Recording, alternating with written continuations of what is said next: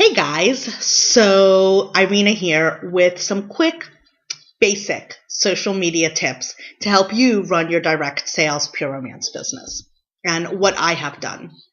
So before I go any further, I do want to say that everything I'm telling you here is based off of my opinion on my research and what has worked for me and my business.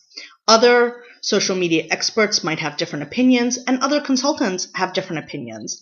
And that's okay because we all learn from each other and we all learn from different suggestions. So while what I say and have done in the past might not work for you, that doesn't necessarily mean that it doesn't work for other people.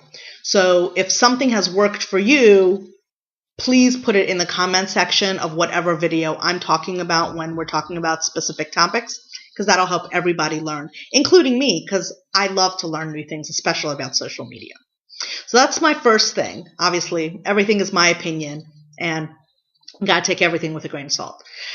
Now, in relation to social media, I really focus on two platforms. I focus on Facebook and I focus on Instagram.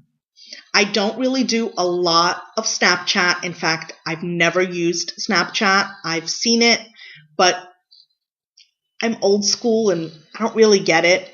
I find that a lot of people who use Snapchat are really not communicating with their clients as much as they're communicating with their friends.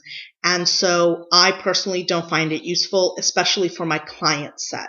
My personal client set doesn't use Snapchat a lot.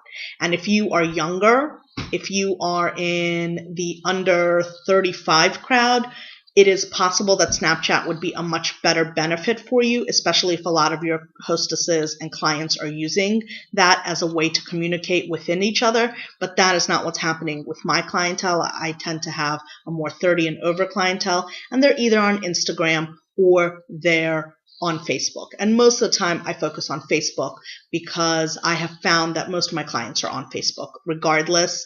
They might not use it as often. They might love Instagram more, especially for communicating or pictures and things like that. But I find that they like to text and they like to Facebook, and Instagram is a second.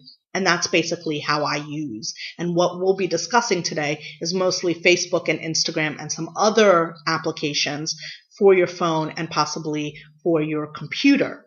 Now, also I put a caveat in my post from last night, which is I am a PC, Android kind of girl. I have never used a Mac computer, and while I have used an iPhone, it is not the phone that I use regularly. It is not a phone I am familiar with.